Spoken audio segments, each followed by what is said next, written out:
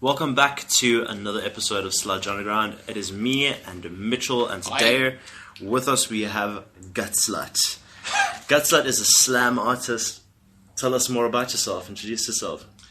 Greetings, I'm Jason Langley. I've got a one-man slamming a brutal death metal project called Gutslut. I think the first question we all gotta ask is why? Why? Why is the question? Why the slut of the guts?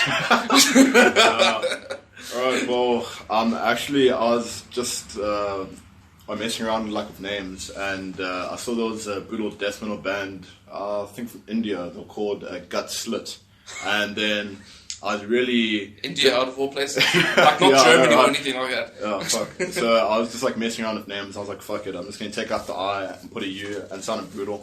So, and also, I don't like sluts that can mess around and shit, so I was like, fuck it, I'm just going to make a project called Gutslut, and I just thought it was quite a fitting name. So. Because fuck everyone else. True. Like, you have to admit, it gets people like, sorry, what? You repeat that for me?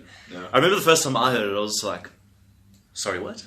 Yeah. There's actually been a few times when people don't even know how to say the name properly. I did a gig with Grant, so it was a metal verse, all hip hop night. And yes, the one that's Cool Runnings. No, there was one at the Winston actually, and we just made our latest split. It's called East Coast Death Machine, and we were trying to sell it at the show, and the guy who was kind of the host, Like the MC sort of. Like, but he was the guy up on stage and announced the band and shit like that. So it was numerous times he couldn't even say their name correctly. It was quite amusing because I'm just sitting back laughing because you can't even say the name. Maybe he was terrified. I mean, there's two artists on the bill. Bombs in the crowd. I can't say this word. One of them is titled Skin Stripper, and the other one's the Gutslut. I think it might not have been a vocabulary thing. It might have been a fear thing. Yeah, a bit of both. Yeah.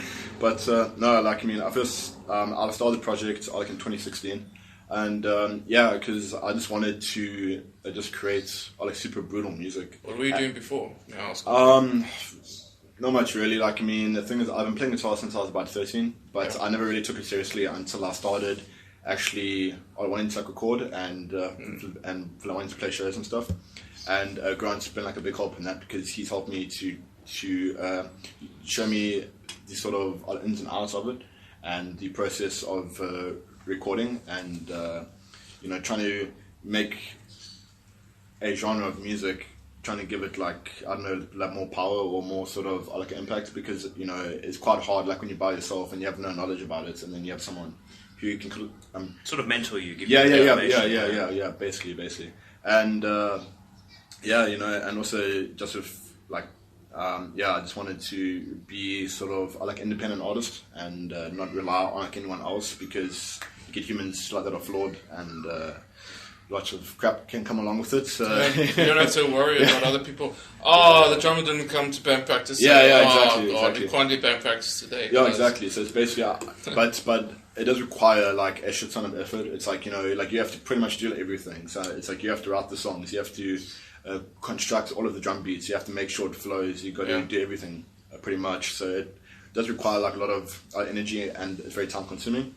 But I've got a passion for music, so why else would we spend all this money on 7 strings and amps and all this shit to play to play $50 show?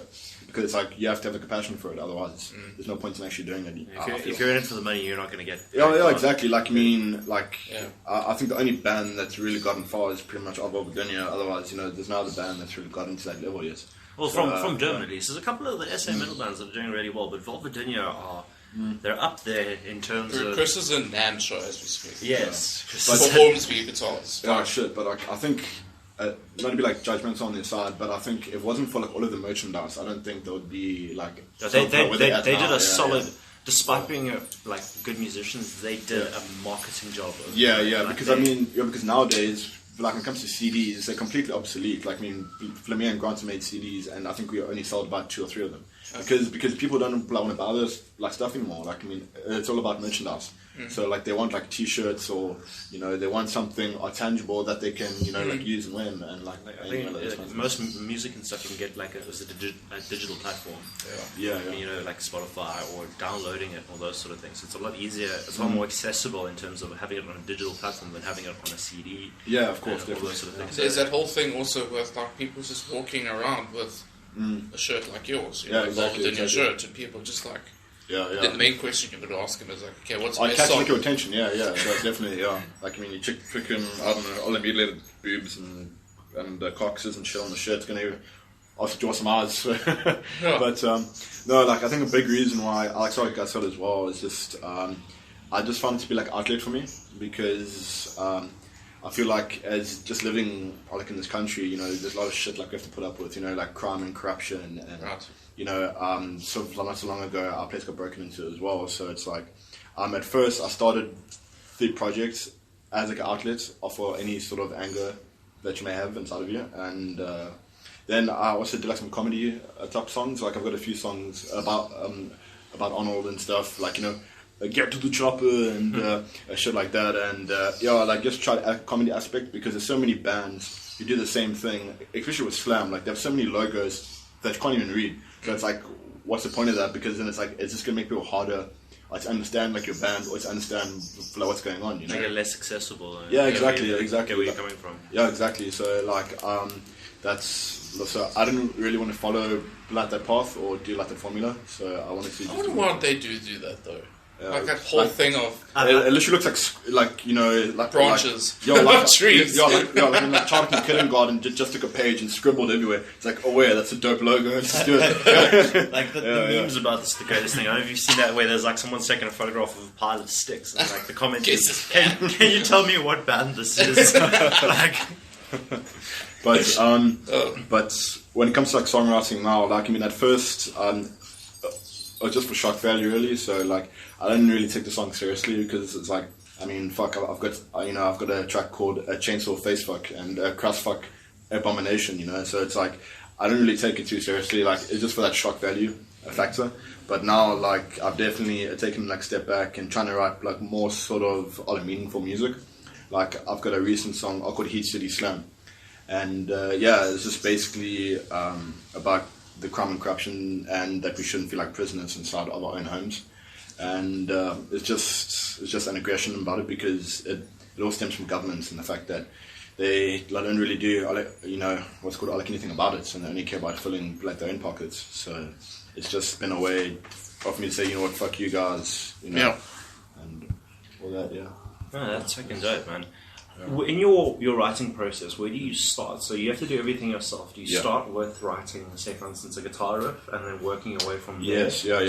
Then program drums. Do you play bass, or do you program bass in, or is that not something that you're doing at this point? No, because like I just feel like I use such like loud and heavy tones off of like my guitar as well. Like, I mean, I've got a death metal pedal with a boss pedal, and I both like connect those together, and then I recently got a 65 watts Blaleni amp. Mm-hmm. So yeah, like it makes like so much noise already. It's like it'll kind of overpower like any bass. Or like I do try to program like anyway, and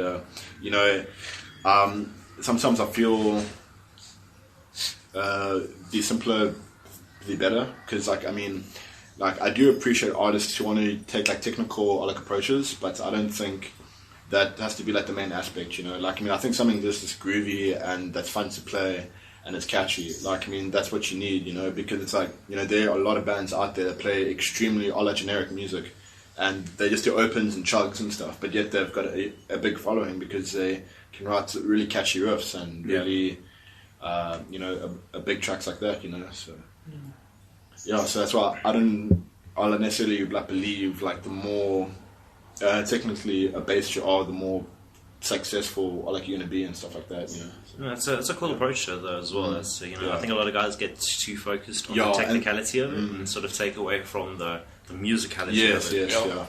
Like I mean, they try to be perfectionists, and to me that just takes away like all fun away often playing music, because like to me the whole point is just to have a good time and play something that you enjoy playing. But I mean, when you get so technical, if you get like one note wrong, or if you're offbeat by like 1 second, then like you're not happy with it, and you keep on trying to do this and that, and it's like, I don't know, it just takes away the fun like away from you. And like that's the whole point, like why I like metal, because it's a carefree type of music where you can sing about anything you want, sure. And you know, it's a positive outlet than going out and harming someone or trying to harm yourself, you know. So yeah. So sorry. Yeah. Go for it. When did you get into metal? Is that something that's been with you for ages? When did you get into it? When you started playing guitar, or? No, actually, funny enough, it was probably in primary school. I first had that whole pop punk phase, so I got into like Blink and Simple Plan, all those groups, and then I remember like grade 7 or something, I had a friend and just listening to this crazy shit. I think it was Slipknot, People Equal Shit. And I was like, it just blew me away. I was like, yo, this is like so extreme and crazy. And at first I was a bit nervous to listen to it, because that's when I was still a good Catholic and I was going to church and all that shit. And then eventually, as I got older, I stopped going and all that stuff. And I pretty much became like an atheist. So. I find it funny how many metal musicians started in churches. That's funny enough, where I started as well. That was my first band, was a church band. No way. Thank you, Jesus. I brought a GT8 from a guy who played in the Baptist church. Oh, no way. And his first, like, about 10 banks were just metal shit. Oh, no it's way. like... That's why he sold it, because I remember his explanation to you. He sold it because it was too aggressive. Too aggressive, and he didn't have the sort of like, you know, time or the energy to sort of get the sounds he wanted out of it. Yeah. So and then the GTA, the first few banks are all just like rock and metal and all that sort of shit. So he was just like, nope, this is the Satan's board. And sold it. Be gone, Satan! It was great. But no, like, a thing... Oh, there it is. Yes, everyone, that is the song. That is the tone. I have alarms for everything, because I'm very forgetful. And then the alarms go off and I don't remember what I said to them. The best one is when you have to take your amp out the car. That's the best. Take my shit out the car. I have an alarm at that. But anyway. But basically, I started going to shows when I was 16, and basically when I started to get involved in it and try to like talk to the people, I actually noticed that it was nothing like what I thought like it would be. Like, I mean, I had this idea of these people being a certain way, but I was actually completely wrong. Once I started to like speak to the people and try and get involved like in the scene, I've actually met extremely a lot open-minded people, like in metal, and they actually have got some cool stuff going on, you know. So and I find it like a very accepting type of music as well. Yeah. So it's like, you know, no matter if you don't have a taste of a certain or subgenre, you know, there's always something out there of everyone. So and I like the fact that it's very a lot diverse. Like, I think in Soweto there's like an all black like metal band. It's like all black dudes from Soweto. Demogoth, Satanum, those guys. It's like the first all black like metal band. So yeah, it's cool, you know. It's just people from different walks of life. There's all coming to play music, you know. So I remember a band called Rebirth. Norbelbard. Yeah, like have you seen Norbelbard? I don't think so. They're a death metal band from Mozambique. Oh shit! Okay. And apparently Mozambique has a thriving metal scene. Sure. No, like surprisingly, it's funny that you mentioned Soweto. Like Soweto actually has like a thriving punk scene as well. Yeah. And that's a cool evolution. Like it's becoming more. It's from places that you at least expect have got this kind of music, you know. Yeah, so, and they're doing damn walls. It's fucking great to see. Yeah, like I actually saw they did an interview with Sam Dunn.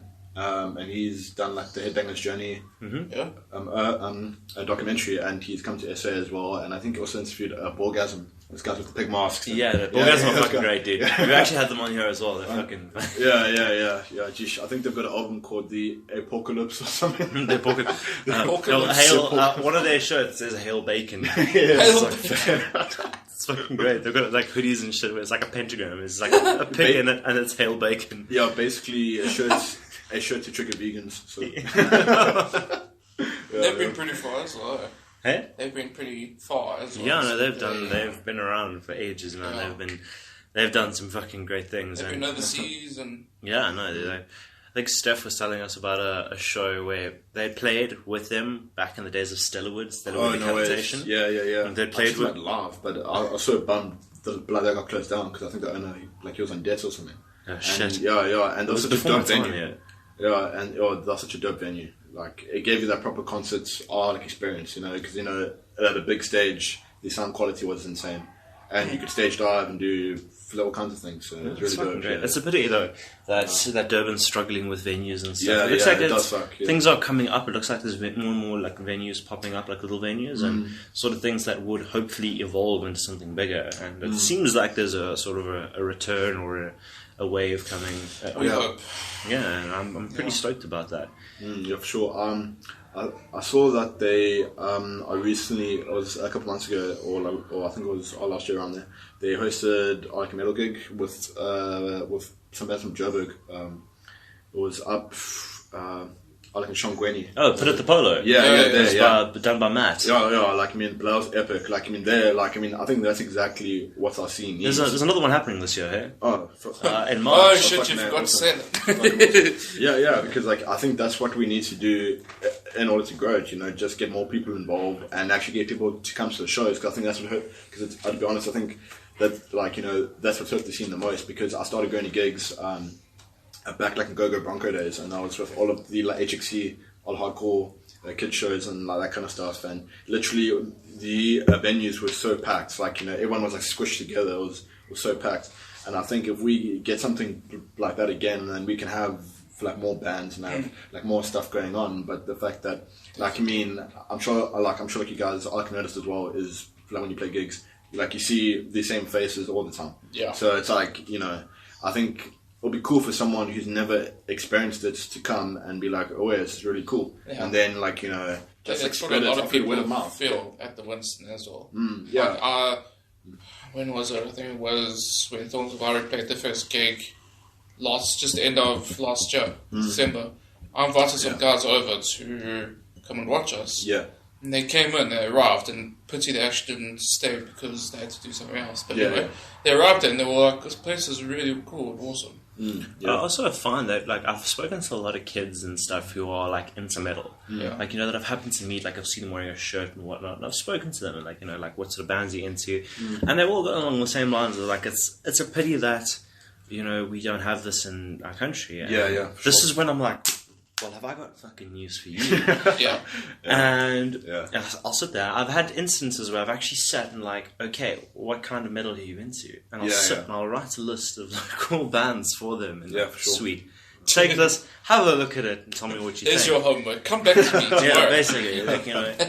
And that's the thing. There's a lack of awareness, I found out. Yeah, definitely. And it's because a lot of big bands died down. Yes, and no one sort of took their place. There were a lot of bands that sort of called it a day, and no one filled those voids. Yeah. And it sort of just died down, sort of into an obscurity thing. And I think there's a lot of guys now who are stepping up to that plate and are taking these things on, which is fucking cool. Yeah, for sure, definitely.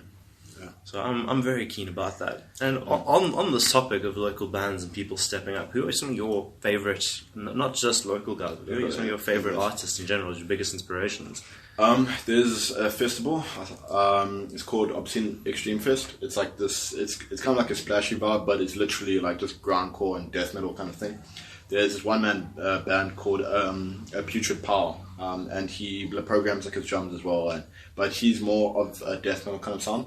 But then, just kind of like stepping away from solo artists, I've been into like a lot of underground slam bands. There's actually a blog spot called Slam Olla Worldwide, and it basically promotes all of these bands as well, and it gives them a platform.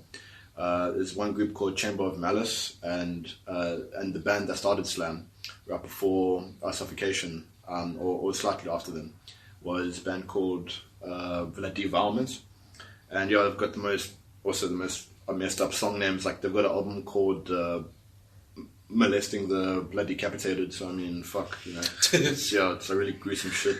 Yeah, so, but no, like, you know, I first heard this stuff and it's really overwhelming to first listen to it, because it just blows your brains out. It's like you can't even hear the vocals. It just sounds like a gurgling toilet kind of noise, and it's like, what the fuck is this? And then it's like, just these crazy riffs which you don't really understand, but then eventually, like, when you keep on jamming it, like, you can find a groove in it, and I think that's what gives this kind of music a bit more substance to it. So it's sort of it's an acquired taste. Yeah, It's exactly. something Exactly. that you get into. I also found that, like, for me personally, I started out in high school was when I first started getting into music proper. Yeah. And I was given a CD by a friend when people still gave each other CDs. Yeah, for sure. Yeah. And that had Breaking Benjamin, Evanescence, and Killswitch Engage. Oh yeah, Killswitch are awesome. No, sorry, Bullet for My Valentine. I hadn't discovered Killswitch yet. Oh yeah. And those three bands. Yeah. So going from Linkin Park to that, and then I just sort of, and then I discovered that I could play guitar, and I started learning, and it just devolved from there. And just it starts to get heavier and heavier, and so eventually you're like, sitting there, Perfect someone's like, legs. What the fuck? Someone's like, what are you listening to? I'm like, I don't really know how to explain, but I can show you the path I took to get you. Exactly. But like, actually, I think that's a good point though. Like, I think for kind of like any like young guy who's like starting out or listening to, alternative type of music, I think it's a good thing for them to start off with like lighter bands. So maybe a Five Finger Death Punch or, just sort of like chilled bands at first, because the thing is that it's cool like when you can relate to someone and talk to them about like same kind of music or like you enjoy. So I think it's important to let them first start off with like lighter music, because it's like, you can't imagine someone who's like just listening to, let's say, Metallica, and then you play them some fucking Cannibal Corpse, they'll just blow their mind. They'll be like, what the hell is this? So that's exactly what happened to me. Shit. So, but like eventually, I was all Metallica, with it, and then my mate was like, okay, cool, I've got this stuff and this stuff. He gave me Alexandra as well, and he was like, okay, cool, I've just discovered Cannibal Corpse. He's like, okay, cool, give it there. And all of that shit, and I was listening to this for the first time that night, and I was just like, holy shit, what the fuck is going on? What is this? Now, if I listen to it now, it's like I know every single bit that happens in that song. I think they've done it's they've so done good. 14 albums or something crazy like that. They've They've been around for a decade. They've been around since for the a long 80s. time. Yeah, and literally all their songs are about murder. So I mean, they've literally done like 14 albums of murder. So What's that? I have guns in my house for murder. When I met Mitchell, he was a one-man Metallica tribute on guitar. Essentially. Seek and Destroy and Master of Puppets. oh no, it's It was so great. It's like, do you remember this one? He's like, din din din din. It's like, stop. So, do you remember your first Gutslut official live gig that you did, that you've ever done? I'm sure you would have. yeah. No one forgets that. Nah, first. no. Yeah, Like, sure. What? How was it? Yeah, it was Where good. was it even? My first show was in 2016. Did the Rock the Empire with Grant and with the guys from Black Math, and I think it was Evan and Cam. Yeah, was it? Yeah. It was at Musketeers, Isle of Westfall, and I must say it's a cool venue, but it's just really hard to get like crowds to to come and show up. Actually, I think Musketeers is like a Bally venue. it is pretty much. It's like an old sports bar, but I mean, I don't really care much for that. I just want to find a place to jam, really. So it's like that's what I give a shit about. yeah. But I'm guessing the name Gutslut was on the posters, eh? yeah. Children, we're not going to this place today. No, geez. And then for one of the worst gigs I've had, I actually travelled quite a way. It was past up here in Mansburg, so it was about over an hour's drive. Like, just the name of the venue sounds shit. It was called the Rat's Hole. It was, yeah, I'm being serious. It was in a place called like Thousand Hills, a Valley of Thousand Hills. Okay. I really hated it there because it was like this bar kind of setup, and me and Grant, we actually went up like quite early, and we were setting up the whole day. We were carrying equipment, carrying heavy gear, sweating like crazy, and just trying to like get things done, right? And Grant and his brother, I think they did Burmac or something like that, and like his brother also did like his own Alex solo project, Afflicted Truth. And they played during the day. I think we also played at Alec of Buckshot as well. And I think YCS, like, we're supposed to come as well. But that happened sort of later on, like in the evening. But it was just so shit because when what technical was or no, like I mean, it was actually fine. It was actually the people there because like what happened was I set up and everything, and they knew.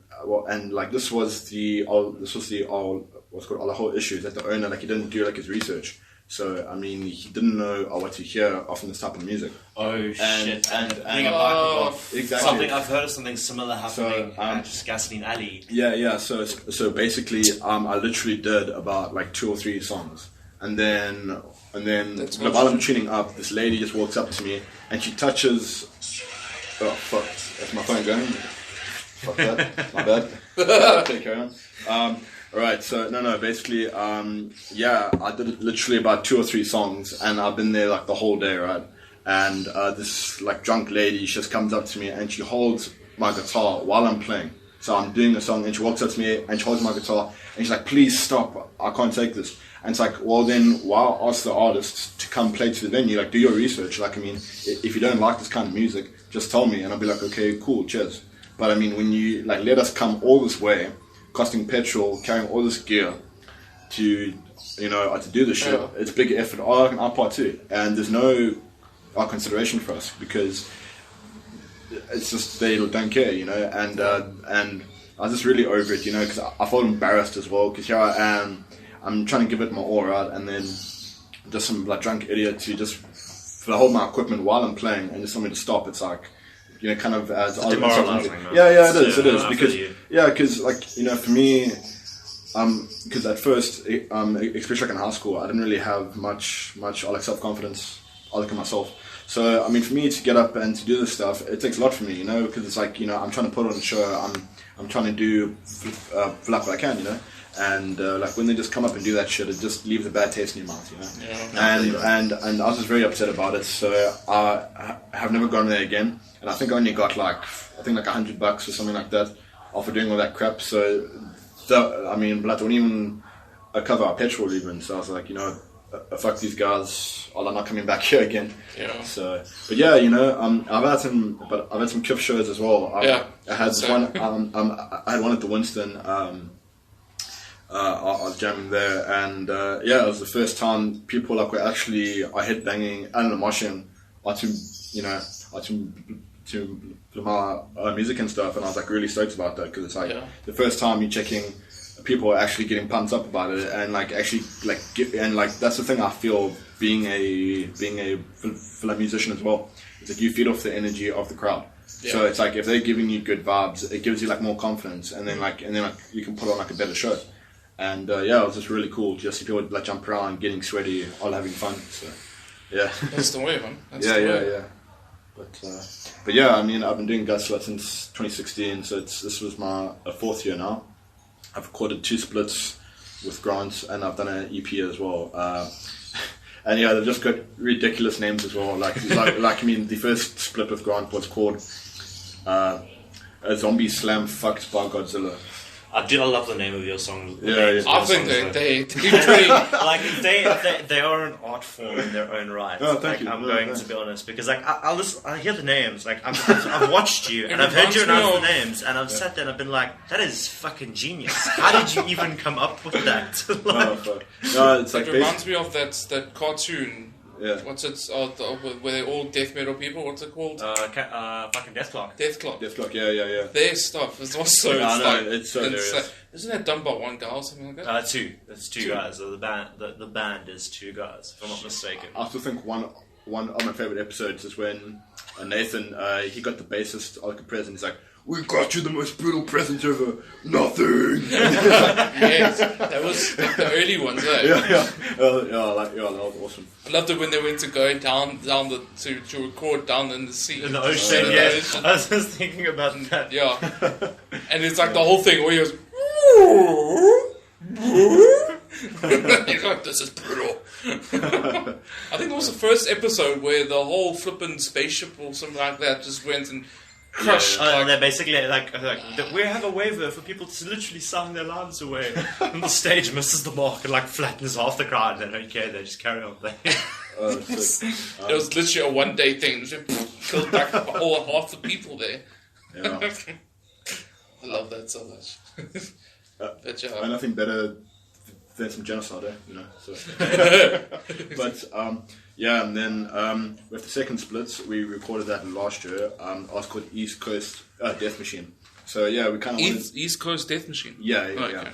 So like wanted to like kind of do kind of like a local name, but then just add like death to it. So yeah. So I thought that was cool. And then my first EP. It's a 4-track EP, and you can find it all on Bandcamp as well. Just go on my Facebook page on Gutslut. It's all in that one word. And then there's a Bandcamp link to all of the albums, and it's all for free download. So because I don't want to be a hypocrite, because I also download music for free. So I'm not going to charge people so that they can download it for free. Because the goal is to get as many people to, you know, I'll click on it and check it out, all that kind of shit. So. But yeah, the first EP was called I Hammer Slammed Into Oblivion.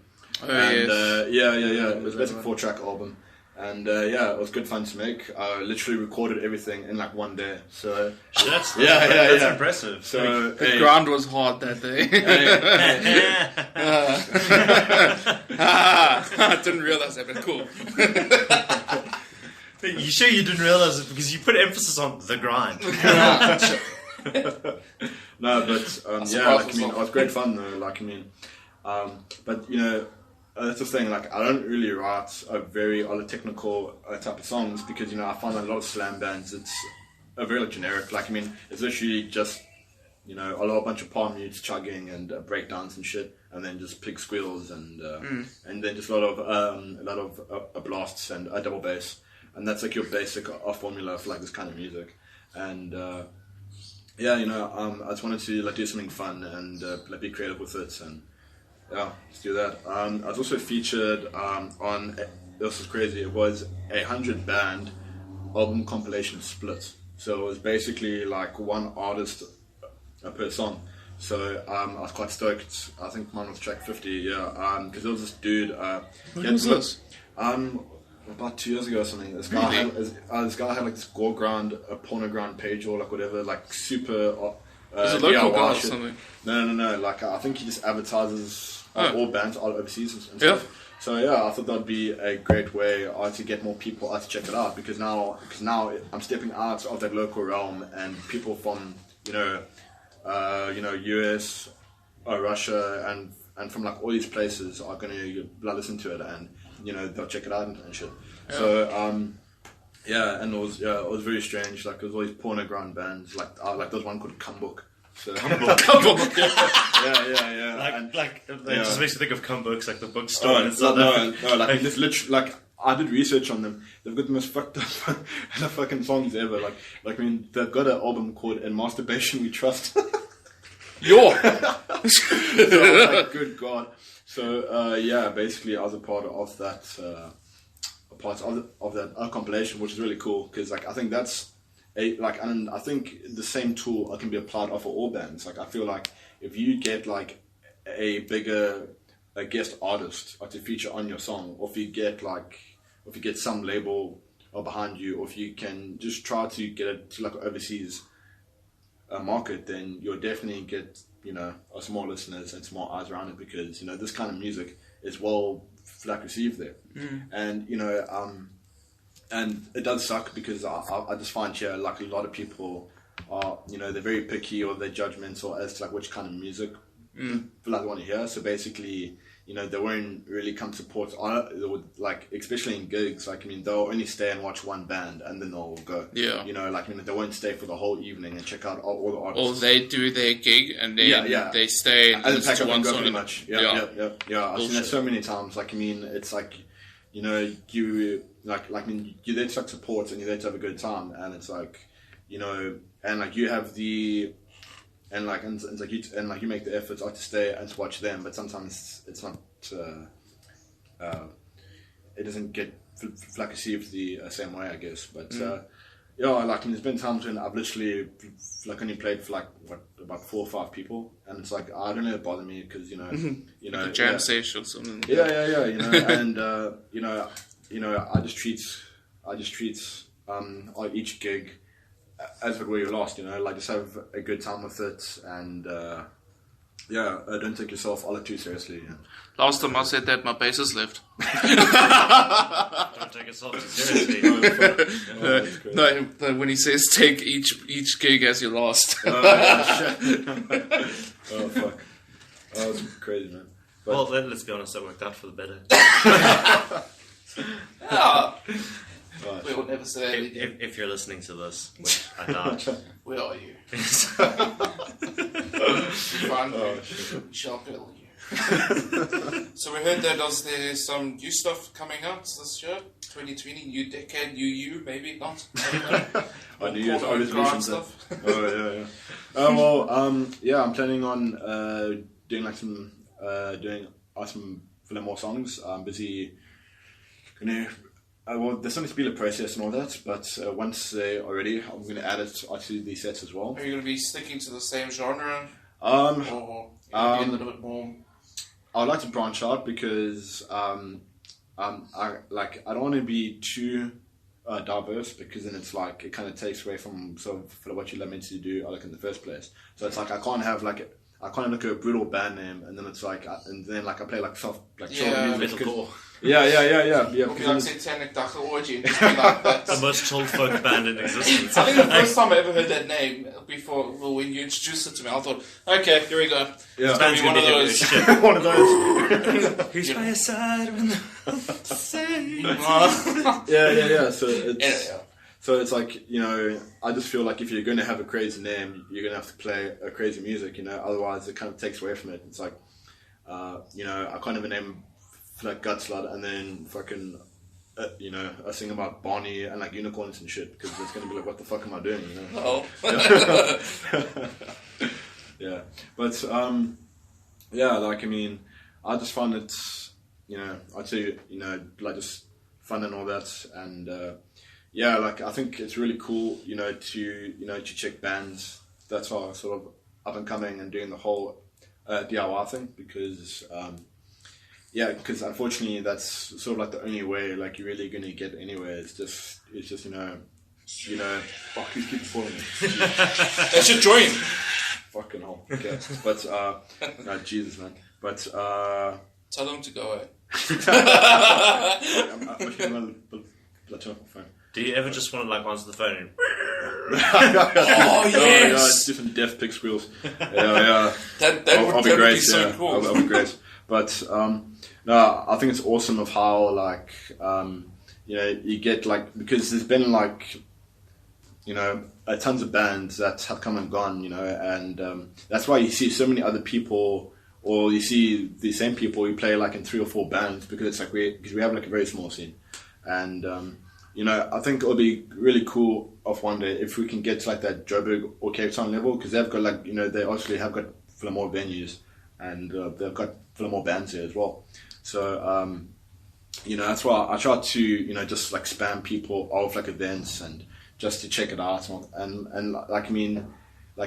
even if you don't like this music, just come check it out, and maybe just tell your mates about it, like you do like it, and then because it'll be cool to check all like new faces and to get involved, because I think definitely for me, that's what sold me, because when I started going to gigs when I was 16, and back then I could only go to like all age shows and shit, or like to try to sneak in with the Green Book ID and shit. So it's like but since then I got inspired there, because I saw these guys putting like a lot of effort all like in the music, and I saw like a lot of passion and like emotion in there, and a lot of all the charisma as well. And I just felt like, sure, one day I'd love to do that, just get up there, blood not give a fuck, and then just fucking jam. And you went to Joburg last year, huh? No, I didn't go there. Who? Someone, was it Grant? I think it was Grant, yeah. I did send the guys, because it was a tribute for Bleeding Spawn, and I did send like a message, but it was too late because they already bought like their lineup already. So definitely like when they have like another festival, I'll be like the first one to... Yeah. That was for Spawnfest, Yeah, Spawnfest, yeah. It was a 10-year like reunion, because they started in like 09 or something, around there. So yeah, like the band's been around for a while. Yeah, shit, man. Yeah, so one more thing before we close off. Yeah. Where can people find you? What platforms are you on that people can listen to your music, follow you, and these sort of things? So who are you? Where are you on social media? I'm on Facebook.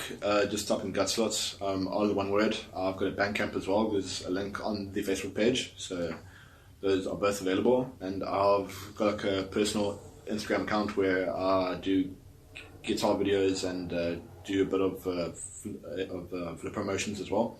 But I mean, it's just those are the main platforms I use. So that's at anyone's free the disposal to use. Yeah. Mitchell, who are you on social media? God, out of all of this, you're like the most tame here, I guess. Just Instagram and Facebook. That Mitchell T's, I guess. Yeah. Okay, so I'm the social media whore of this thing. Yes. Find me on Facebook, Twitter, Instagram, on everything. YouTube. Facebook and Twitter is Marcel Smuts. Instagram is Thorns of Sludge. YouTube is also Marcel Smuts. And those are the 4 main platforms that I use. So, yeah. Sorry, and I also have like some live videos on YouTube as well. So, funny. Sneaky. Also under the Gutslut name. Yeah, correct. Yeah. Fantastic.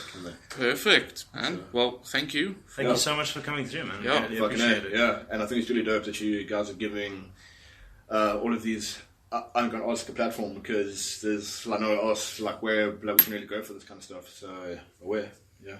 I think we're going to ask you to do some growling thing right now. 3, 2, 1. There we go. Away.